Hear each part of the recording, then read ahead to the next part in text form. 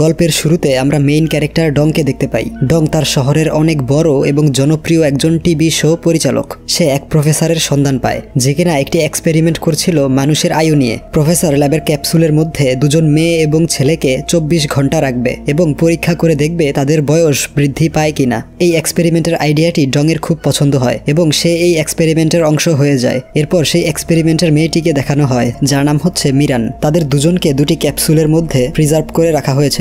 এখানে গল্প ফ্ল্যাশব্যাকে চলে যায়। আমাদেরকে মিরান এবং ডংয়ের অতীত সম্পর্কে ধারণা দেয়া হয়। আমরা দেখি যে মিরান একটি মধ্যবিত্ত পরিবারের মেয়ে। তার একটি ছোট ভাই আছে যে মানসিকভাবে অসুস্থ। তার নাম হচ্ছে নামতাই। মিরান তার ভাইয়ের চিকিৎসার টাকা জোগাড় করার জন্য ডংয়ের রিয়েলিটি শোতে বিভিন্ন ঝুঁকিপূর্ণ স্টান্টে অংশগ্রহণ করছিল। এরপর দেখানো হয় ডংয়ের শোটি কোরিয়ার 1 নম্বর রিয়েলিটি শো এর অ্যাওয়ার্ড জিতে নেয়। ডং সেই অ্যাওয়ার্ড অনুষ্ঠানে তার গার্লফ্রেন্ডকে সবার সামনে পরিচয় করিয়ে দেয় যার নাম হায়ুং। ডং বলে আমরা খুব শীঘ্রই এঙ্গেজমেন্ট করব। এরপর অনুষ্ঠান শেষ হলে সে হায়ুংকে বলে আমি একটি এক্সপেরিমেন্টে অংশগ্রহণ করতে যাচ্ছি যেখানে 24 ঘন্টার জন্য আমি এবং আরো একজন মেয়ে একটি ল্যাবের ক্যাপসুলে ঘুমিয়ে থাকব। সেখানে তাপমাত্রা অনেক কম হবে আর আমরা জেগে ওঠার পর আমাদের রোগ প্রতিরোধ ক্ষমতা বৃদ্ধি পাবে। এরপর ডং মিরানের সাথে কথা বলতে আসে। আসলে ডং তাকে পারফর্ম করতে দেখেছিল আর ডং চায় মিরান তার পার্টনার হিসেবে এক্সপেরিমেন্টে অংশগ্রহণ করুক। মিরান প্রথমে রাজি না হলেও যখন ডং তাকে বলে তার ভাইয়ের চিকিৎসার জন্য অনেক টাকা দেয়া হবে তখন মিরান এক্সপেরিমেন্টের জন্য রাজি হয়। এরপর গল্পটি বর্তমানে চলে আসে। ল্যাবের ভিতরে আমরা প্রফেসর আর তার কিছু স্টুডেন্টদের দেখতে পাই আর দূর থেকে কেউ একজন তাদের ল্যাবের উপরে নজরদারি করছিল। প্রফেসর সেই ল্যাবের মধ্যে শুধুমাত্র একজন স্টুডেন্টকে রেখে বাকি সবাইকে বের করে দেয় আর নিজেও একটি গাড়ি নিয়ে বেরিয়ে পড়ে। কিন্তু তাদের উপর নজরদারি করা অজ্ঞাত লোকটি প্রফেসরের গাড়ি অ্যাক্সিডেন্ট করিয়ে দেয়। অপরদিকে ল্যাবের মধ্যে 24 ঘন্টা পূর্ণ হয়ে গিয়েছে কিন্তু ডং আর মিরানের জ্ঞান ফিরে আসেনি। আসলে মেশিনগুলোর যান্ত্রিক ত্রুটির কারণে এমনটি হচ্ছে। প্রফেসরের স্টুডেন্ট যার নাম হলো হিউন সে কি করবে বুঝতে পারছিল না, তাই ল্যাবটি ডিস্ট্রয় করে সে ওইখান থেকে পালিয়ে আসে। পরদিন সকালে নিউজে দেখানো হয় প্রফেসর মারা গিয়েছে, তার স্টুডেন্টকে পাওয়া যাচ্ছে না আর জনপ্রিয় শো পরিচালক ডংয়ের কোনো খোঁজ পাওয়া যাচ্ছে না এবং মিরানেরও সন্ধান মেলে না। ডংয়ের কোম্পানির হেড মিস্টার হাংসুক প্রথমে ডংয়ের গার্লফ্রেন্ড হায়ুং এর কাছে যায় এবং তাকে নিউজ প্রেজেন্টার জবের অফার দেয় আর বলে ডংয়ের এক্সপেরিমেন্ট সম্পর্কে বাহিরের কেউ যাতে জানতে না পারে। হায়ুং না চাইতেও রাজি হয়ে যায় আর সে নিজেই ডংয়ের নিউজটি পড়ে শোনাতে থাকে। ওইদিকে প্রফেসরকে হসপিটালে দেখানো হয়, অর্থাৎ সেদিন প্রফেসর কার অ্যাক্সিডেন্টে মারা যায়নি। ওইদিকে মিরান আর ডংয়ের পরিবারের লোকেরা তাদের দুজনকে সন্ধান করার অনেক চেষ্টা করছে কিন্তু তাদেরকে কোথাও খুঁজে পায়নি। এভাবে দেখতে দেখতে 20 বছর অতিবাহিত হয়ে যায়। বর্তমানে হায়ুং অনেক বড় একজন সিনিয়র নিউজ প্রেজেন্টার হয়ে গিয়েছে আর প্রফেসরের স্টুডেন্ট হিউন একজন বিজ্ঞানী হয়ে গিয়েছে। একদিন একটি মিটিং এর সময়ে হিউনের আইপ্যাডে অ্যালার্ম বাজতে শুরু করে। হিউন ঘাবড়ে যায় আর দ্রুত সেখান থেকে বেরিয়ে পড়ে। অপরদিকে দেখানো হয় প্রফেসরের জ্ঞান ফিরে এসেছে। সে এক মুহূর্ত দেরি না করে একাই তার ল্যাবে চলে আসে এবং সেখানে দেখা যায় ডং আর মিরান এখনো ক্যাপসুলের মধ্যে ঘুমিয়ে রয়েছে। প্রফেসর তাদেরকে একটি ইনজেকশন পুশ করে দেয় আর এরপরে তিনি আবারও জ্ঞান হারায়। অন্যদিকে ডং আর মিরানের ঘুম ভেঙে যায়। তারা দুজন বাহিরে চলে আসে কিন্তু প্রবলেম হলো তারা খুবই অসুস্থ হয়ে পড়েছিল কারণ বাহিরের তাপমাত্রা তাদের শরীর সহ্য করতে পারছিল না আর মুহূর্তের মধ্যেই দুজন রাস্তায় অজ্ঞান হয়ে পড়ে। ডংকে সঙ্গে সঙ্গে হসপিটালে নেওয়া হয়। তার জ্ঞান ফিরলে সে চিৎকার চেঁচামেচি করতে থাকে তার বন্ধু হাংয়ের উপরে। আসলে হাংয়ের সবকিছু রেকর্ড করার কথা ছিল কিন্তু হাং সেই ল্যাবে তাদের দুজনকে রেখেই চলে এসেছিল। ডং আসলে জানেই না যে তারা 20 বছর ঘুমিয়ে কাটিয়ে দিয়েছে। হাং এখন ডংয়ের পজিশনে কাজ করছে আর মিস্টার হাংসুক সেই কোম্পানির সিইও হয়ে গিয়েছে। এরপর ডংয়ের পরিবারের লোকেরা এসে ডংকে দেখে পুরো হতবাক হয়ে যায় কেননা 20 বছর অতিবাহিত হলেও ডং সেই আগের মতোই ইয়াং ছিল। অপরদিকে দেখানো হয় মিরান কোনো রকমে তার পুরনো বাড়িতে হাজির হয়েছে কিন্তু সেখানে তার পরিবারকে দেখতে পায় না। পুরো বাড়িটি ফাঁকা পড়েছিল। সে ভাবতে থাকে হয়তো তার উপরে রাগ করে সবাই অন্য কোথাও চলে গিয়েছে। এরপর সে পুলিশ স্টেশনে চলে আসে আর পুলিশ অফিসাররা মিরানের আইডি কার্ডে তার জন্মসাল দেখে অবাক হয়ে যায়। যদিও মিরান তার মায়ের উদ্দেশ্যে একটি ভয়েস মেসেজ রেকর্ড করে সেখান থেকে বাইরে চলে আসে। অন্যদিকে ডং কি করবে বুঝতে পারছিল না। সে প্রচন্ড চিন্তিত হয়ে পড়ে। হসপিটালে এদিক সেদিক ঘোরাঘুরি করতে থাকে আর কিছুক্ষণ পর সে লক্ষ্য করে সব স্থানে 2019 লেখা রয়েছে। এই দেখে তার মাথা ঘুরে যায়। আর অপরদিকে মিরান রাস্তার পাশে একটি টেবিলে বসেছিল। মিরানও একটি ব্যানারে দেখতে পায় বর্তমান সাল হলো 2019। মিরানের চোখ কপালে উঠে যায়। এরপর আমরা দেখতে পাই ভয়েস নোট পেয়ে মিরানের বাবা মা দ্রুত পুলিশ স্টেশনে চলে এসেছে কিন্তু মিরান সেখান থেকে বের হয়ে ভার্সিটিতে চলে এসেছিল যেখানে মিরানের ভাই তাকে দেখেই চিনে ফেলে আর দৌড়ে এসে জড়িয়ে ধরে। এরপর সে মিরানকে তাদের নতুন বিলাসবহুল বাড়িতে নিয়ে যায়। এখানে মিরানের মা তাকে জানায় 20 বছর পূর্বে তাদের তাদের যে ব্যবসাটি ছিল সেটায় অনেক ভালোই লাভ হয়েছিল, ফলে তারা এখন ভালোই বিলাসবহুল জীবনযাপন করছে। আর অন্যদিকে ডংয়ের মা ডংকে জানায় তাদের বর্তমান অবস্থা আগের মতো নেই, তারা ছোট্ট একটি রেস্টুরেন্ট পরিচালনা করে। ডং অনেক হতাশ হয়ে যায় আর সেই ল্যাবে চলে আসে যেখানে 20 বছর আগে এক্সপেরিমেন্ট চালু হয়েছিল। সেখানে ডং প্রফেসরের স্টুডেন্ট হিউনের দেখা পায়। হিউন ডংকে বলে 20 বছর আগে কেউ একজন প্রফেসরকে হত্যা করতে চেয়েছিল, কিন্তু সৌভাগ্যবশত তিনি বেঁচে যান, আর তখন থেকেই আমি তার খেয়াল রাখছি। এরপর হিউন ডংকে একটি হসপিটালে নিয়ে আসে যেখানে প্রফেসরকে গোপনভাবে চিকিৎসা দেওয়া হচ্ছিল। হিউন ডংকে বলে দেয় তোমার দেহের তাপমাত্রা 33 ডিগ্রি সেলসিয়াসের মধ্যে রাখতে হবে, তা না হলে মৃত্যু ঝুঁকি রয়েছে। ডং এরপর তার গার্লফ্রেন্ড হাইয়ুং এর সাথে দেখা করে, যে ইতিমধ্যে অনেক বয়স্ক হয়ে গিয়েছিল। হাইয়ুং কান্না করতে করতে সেখান থেকে চলে আসে। আর অন্যদিকে মিরান একটু সুস্থ হয়ে ডংয়ের সাথে দেখা করতে চলে আসে। মিরান ডংকে দেখা মাত্রই তাকে একটি চড় মেরে বসে, কেননা তার জীবনের 20টি বছর ঘুমিয়ে কাটিয়ে দিয়েছে শুধুমাত্র ডংয়ের কারণে। মিরান তার কাছে অনেক টাকা দাবি করে, কিন্তু ডং বলে আমার আর্থিক অবস্থা এখন ভালো নয়, তাই আমি তোমার দাবি পূরণ করতে পারবো না। মিরান সেখান থেকে চলে আসে। আর অন্যদিকে ডং চলে আসে তার অফিসে এবং কোম্পানির হেড মিস্টার হাংসুকের কাছে তার জব ফেরত চায়। সে বাধ্য হয়ে ডংকে তার পজিশন ফিরিয়ে দেয়। অপরদিকে প্রফেসরের জ্ঞান ফিরে আসে, কিন্তু তিনি কিছু মনে করতে পারছে না। অন্যদিকে আমরা দেখতে পাই এক ব্যক্তি তার অ্যাসিস্ট্যান্টকে বলছে প্রফেসরকে শেষ করে দাও।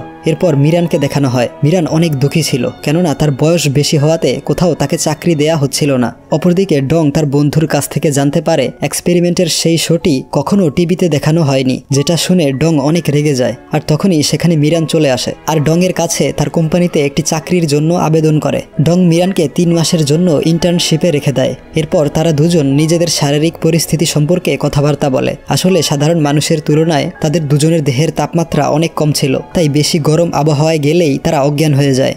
এরপর আমরা সেই বিজনেসম্যানের রহস্য উন্মোচন হতে দেখি, যে প্রফেসরকে মেরে ফেলতে বলেছিল, যার নাম হলো সিউক। আসলে সিউকের যমজ ভাই প্রফেসরের সেই ল্যাবের একটি ক্যাপসুলে ঘুমন্ত অবস্থায় ছিল, আর তার ভাইয়ের জায়গায় সিউক খুবই বিলাসবহুল জীবনযাপন করছে। এই কারণে সিউক তার ভাই আর প্রফেসর দুজনকেই হত্যা করতে চায়, কিন্তু প্রবলেম হলো তার কাছে প্রফেসরের সেই গোপন ল্যাবের অ্যাড্রেস নেই। অপরদিকে দেখানো হয় মিরান আর ডংকে এক ব্যক্তি কিডন্যাপ করে নিয়ে যাচ্ছে, আর সেই কিডন্যাপার প্রফেসরের সম্পর্কে জিজ্ঞেস করে, কিন্তু ডং সেই ব্যক্তির সাথে ফাইট শুরু করে দেয় আর সুযোগ বুঝে মিরানকে নিয়ে সেখান থেকে পালিয়ে আসে। তবে বাহিরের তাপমাত্রা অনেক বেশি হওয়াতে মিরান ক্লান্ত হয়ে জ্ঞান হারিয়ে ফেলে। তখনই ডং মিরানকে কোলে তুলে নেয় আর দৌড়ে হসপিটালে চলে আসে, আর নিজেও শাওয়ারের নিচে পানি ঢেলে বডির টেম্পারেচার কমাতে থাকে। ডং এরপর হাইয়ুং এর মাধ্যমে নিউজ ছড়িয়ে দেয় যে 20 বছর পূর্বে তাদের উপর কি এক্সপেরিমেন্ট করা হয়েছিল। এরপর মিরান কিছুটা সুস্থ হলে আবারও অফিসে চলে আসে। ডং মিরানের চিন্তা করত, তাই মিরানের হাতে একটি স্মার্ট ওয়াচ পরিয়ে দেয়, যেটা দেহের টেম্পারেচার পরিমাপ করে ডং এর মোবাইলে নোটিফিকেশন পাঠাবে। এর পাশাপাশি ডং মিরানকে কিছু ইনজেকশনও দেয়, যেটা জ্ঞান হারানোর আগ মুহূর্তে ব্যবহার করলে আর জ্ঞান হারাবে না। অপরদিকে দেখা যায় প্রফেসর তার স্মৃতি ফিরে পেয়েছে আর এক্সপেরিমেন্টের একটি ঘটনা মনে করতে পেরে সে প্রচন্ড ঘাবড়ে যায়। ওইদিকে মিরান আর ডং একে অপরের সাথে বেশি বেশি সময় কাটাতে শুরু করে। একদিন ডং জানতে পারে সিউকের লোকেরা হিউনের উপর হামলা করার চেষ্টা করেছে, যেটা শুনে ডং আরো চিন্তিত হয়ে যায় আর মিরানের খেয়াল রাখতে শুরু করে। এরপর তাদের কোম্পানির জন্য একটি শো অর্গানাইজ করার প্রয়োজন পড়ে। মিরান ডংকে একটি অসাধারণ আইডিয়া দেয়। ডং সেটা সবাইকে শোনালে সবার পছন্দ হয়। এরপর শো এর জন্য একটি পারফেক্ট লোকেশন খুঁজতে মিরান আর ডং একটি জঙ্গলের ভেতর দিয়ে হাঁটা শুরু করে। কিছু দূর হাঁটতেই মিরান অনেক ক্লান্ত হয়ে যায় আর জ্ঞান হারানোর উপক্রম হয়, আর সে তার সাথে করে ইনজেকশনগুলো আনতে ভুলে গিয়েছিল। কিন্তু দেখা যায় মিরানকে বাঁচাতে ডং তার নিজের ইনজেকশনটি তাকে দিয়ে দেয়। মিরানের জ্ঞান ফিরে আসলে সে দেখে তাকে ইনজেকশন পুশ করে ডং নিজেই অজ্ঞান হয়ে গিয়েছে। এই দেখে মিরান অনেক বেশি কষ্ট পায় আর কান্না করতে শুরু করে। আর ঠিক সেই সময় বৃষ্টি শুরু হয়, যার ফলে ডংয়ের বডি টেম্পারেচার স্বাভাবিক হয়ে তার জ্ঞান ফিরে আসে। এতে সে প্রচন্ড খুশি হয়ে তাকে কিস করে বসে। এরপর ডংয়ের বুকে মাথা রেখে সে সাময়িক সময়ের জন্য অজ্ঞান হয়ে যায়, আর ডং পুরো হতবাক হয়ে হা করে তাকিয়ে থাকে, কারণ এভাবে মিরানের কাছ থেকে কিস সে আশা করেনি। পরবর্তী দৃশ্যে দেখা যায় মিরান আর ডং গাড়িতে করে অফিসে ফিরে আসছে। মিরান প্রচন্ড লজ্জা পেয়ে নিজের মুখ অন্যদিকে ঘুরিয়ে রাখে। ডং বিষয়টি লক্ষ্য করে মুচকি হাসে আর কোনো কথা না বলে গাড়ি চালাতে থাকে। অপরদিকে দেখা যায় সিউক ডং এর সাথে মিটিং করছে। ডং সিউককে দেখেই কিছু একটা মনে করতে পারে। আসলে প্রফেসরের ল্যাবে ডং সিউকের ভাইকে দেখতে পেয়েছিল। এরপর মিরান ডং এর কাছে এসে লজ্জার স্বরে বলে ওই দিন সে অ্যাক্সিডেন্টলি তাকে কিস করে ফেলেছিল। এই বলে সে মুচকি হেসে চলে যায়। এরপর দেখা যায় তার এক বান্ধবী মেসেজ করে কিছু টাকা ধার চাইছে। তার কাছে বেশি টাকা ছিল না, তবুও অ্যাকাউন্টে যা টাকা ছিল তার সবটুকুই বান্ধবীর ফোনে ট্রান্সফার করে দেয়। কিন্তু পরবর্তীতে মিরান জানতে পারে তার বান্ধবীর ফোন হ্যাক হয়েছিল। এর মানে সেই হ্যাকার মিরানের সমস্ত টাকা হাতিয়ে নিয়েছে। এই কারণে মিরান অনেক দুঃখী হয়ে একটি রেস্টুরেন্টে বসে ড্রিঙ্কস করছিল।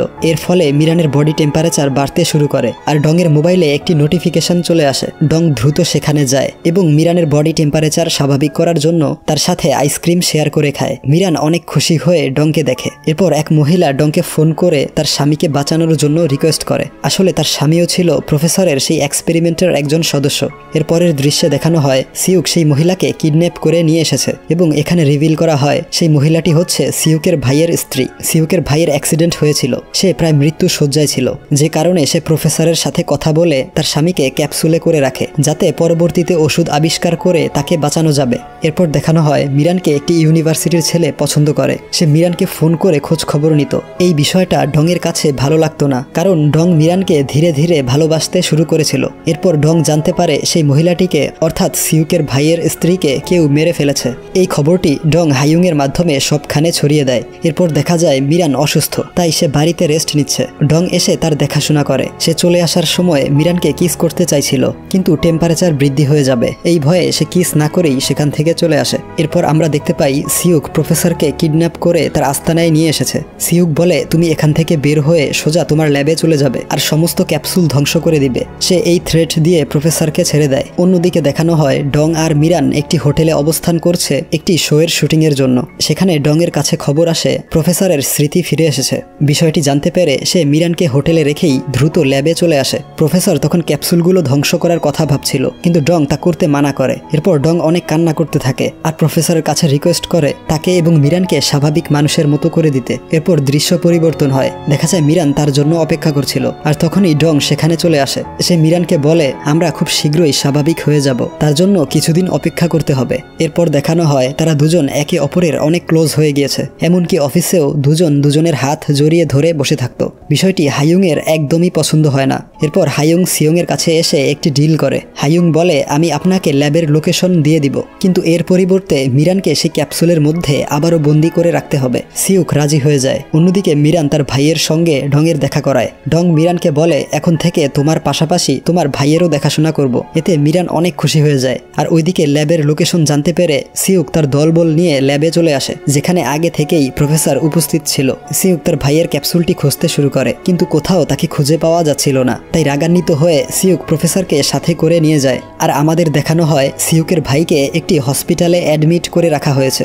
এরপর একদিন ডং রাস্তা দিয়ে হেঁটে যাচ্ছিল আর তখনই ডং এর অস্বস্তি ফিল হয়। সে মুহূর্তের মধ্যেই মাটিতে লুটিয়ে পড়ে, তাই ডংকে হসপিটালে অ্যাডমিট করা হয়। হিউন তাকে পরীক্ষা করে বুঝতে পারে এক্সপেরিমেন্ট করা বডিগুলোতে কিছু পরিবর্তন লক্ষ্য করা যাচ্ছে। এই কারণেই ডং অজ্ঞান হয়ে গিয়েছিল। হিউন একটি অ্যান্টিডট তৈরি করে আর ডংকে ইনজেক্ট করে দেয়, তবে এটা শুধুমাত্র কয়েক ঘন্টার জন্য কাজ করবে। তখন মিরান ডং এর খোঁজ নিতে হসপিটালে দৌড়ে চলে আসে। হিউন তাদেরকে শান্ত হতে বলে আর এরপর সে এই সমস্যার সমাধান বের করার জন্য কাজে লেগে পড়ে। অন্যদিকে ডং প্রফেসরের কিডন্যাপ হওয়ার বিষয়টা জানতে পারে, এই জন্য সে সিউকের ভাইয়ের চিকিৎসা দ্রুত করার নির্দেশ দেয়। এরপর হিউন একটি ইনজেকশন পুশ করে দেয় মিরান আর ডংকে, যার ফলে ধীরে ধীরে তারা সুস্থ বোধ করছিল।